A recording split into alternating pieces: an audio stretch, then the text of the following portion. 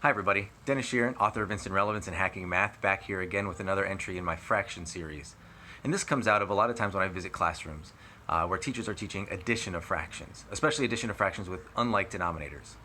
The deal here is they're wondering why it's just not sticking with kids. Kids are good at addition at this point, so why is adding fractions so difficult? Well, I think I figured out why, and I'd love to share my perspectives and my ideas with you now and see what you think about them. Check this out.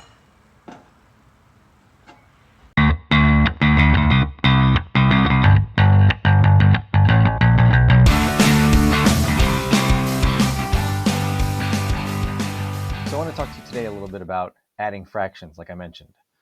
So for some reason, adding fractions just doesn't stick with a lot of kids, a lot of adults too. And there's a reason for that I think that I'd like to bring up. And first, I want to make perfectly clear as we do this, we are not talking about butterflies today. There's no butterfly method. In fact, that's going to be the focus of another video soon. The butterfly method doesn't exist. The reality of it is, what normally happens with adding fractions is you've given a unit or a topic on creating equivalent fractions. So what does it mean to create equivalent fractions? Our students might know what that means in a vacuum. They might know that that means to take 3/4 and multiply by something like 2 over 2 in order to create a new fraction, 6 over 8, and identify that those two fractions are equivalent. But now we're putting them in a situation where we're adding fractions and saying, create equivalent fractions. And I get a lot of questions from kids about that. Questions like, are we supposed to make both fractions equivalent? That's a good question, isn't it? But the answer is no. And a lot of questions come from kids wondering, how am I supposed to now combine this idea of adding and equivalent fractions? What a teacher really means is that they want kids to do a lot more than just create equivalent fractions. They want them to look at two fractions that are being added, two fractions with unlike denominators. They want them then to understand that they need to focus on the denominators first, recognize that a 4 and a 5 are not the same, and identify a number that is the same called the least common denominator. That least common denominator can be found by multiplying 5 times 4. Oop, that's going in there. Times 4. Well, that's 20. So how do I get a 20? That's the next question. Now that you've found the least common denominator of 20, how do I get that 20 there? And so the kids now need to remember, to get that 20 there, I need to take the first fraction and multiply it by 5 over 5.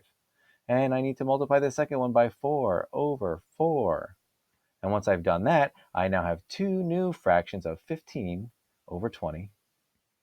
And then there's still a plus there, right? Still adding this? Yeah, 8 over 20. Well, there, I've done it. I've created equivalent fractions. No, wait, I've only created common denominators. Am I still supposed to be adding? Yeah, let's keep adding that. When we actually do it, we get 23 over 20. And then for some reason, we won't let that stick. Our kids have to convert that into a mixed number, right? Because mixed numbers are better than improper fractions, which I completely disagree with. But for the moment, you're going to end up writing this as 1 3/20, right? Well, take a look at what they just did. Where in this is addition? Where has adding actually occurred? Only here, 15 plus 8. The first thing they did was multiply. The next thing they did was multiply 5 times 3, 5 times 4, 2 times 4, 5 times 4. Multiplying those together got them 15 over 20 and 8 over 20. And then they added finally to get 23 over 20. And then the final step of this, believe it or not, is division. 23 divided by 20 goes in one full time with 3 left over, so we're writing it as a mixed number. There's only one time where addition is involved in the addition of fractions. So let's be clear. Adding fractions doesn't really use a lot of addition.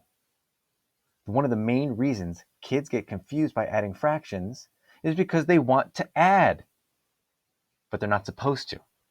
They're supposed to multiply first. Multiplication is the foundation for adding fractions. But I don't blame you. There's really an issue here. Going along with this would be where adding and where multiplying show up in curriculum. I mean, some of you use something like Houghton Mifflin's Go Math program, right? Go Math puts addition in Unit 6 and multiplication in Unit 7. Some of you sign your kids up for Khan Academy. Khan Academy puts addition in 5th grade, Unit 5, and multiplication in Unit 7. Even the Common Core standards, which most of us are using in some form of another, label this area as 5.nf.a and multiplication as 5.nf.b. So really, we're in a situation where we're looking at this saying, hey, come on now. Everybody's putting multiplication second. Here is my request to you. If you want adding fractions to stick for your kids, multiply first. Don't just create equivalent fractions. Go all the way through multiplication. Multiply fractions first. Take something like 3/4. And sure, in creating equivalent fractions, there I go again, multiply by something like 2/2 to show that you haven't changed the value, but you have changed the look. Take 3/4 and multiply it by something like 1/2. Or multiply it by something like 2/5. Show kids that they can create fractions by multiplying, and that fractions change when you multiply. Multiplying numerators and multiplying denominators make fractions change. All the while, talk about what it means to take 1/2 of 3/4. But in reality, show them that the multiplication process can create a new denominator, a new numerator, and a new look for a fraction. That's incredibly important because what we want our students to come back with is an understanding that they can look at a problem and say, I see a 4 and a 5 there, and I've turned those into new fractions before. And then recognize that multiplying by 5/5 and 4/4 makes a lot of sense. Multiplying to add makes sense when you've taught multiplying before addition. It doesn't make sense when we say, today we're going to learn addition of fractions. And then you start telling them to multiply. There's so much confusion in there that kids are wondering why they're multiplying to add. And then eventually they get all their roads crisscrossed. And God forbid you throw a butterfly method at them, which I'm going to get to next. So here's my thing again.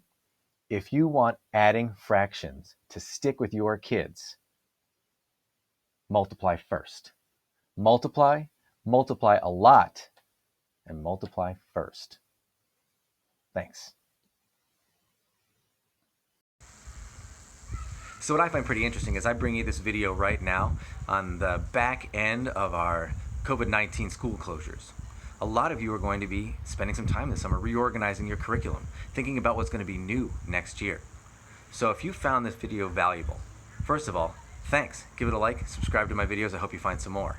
But second, think about how you can use this time to reorganize some of your material, some of your units in your curriculum, and maybe test out multiplying fractions before adding fractions to see what the effect is. You may find that you've effectively taught something that was difficult to teach before, the concept sticks, and at the same time, you might have even cut back on some time and regained some of that. So share your ideas with me in the comments. Thanks again for listening, and I hope you check out the rest of the series.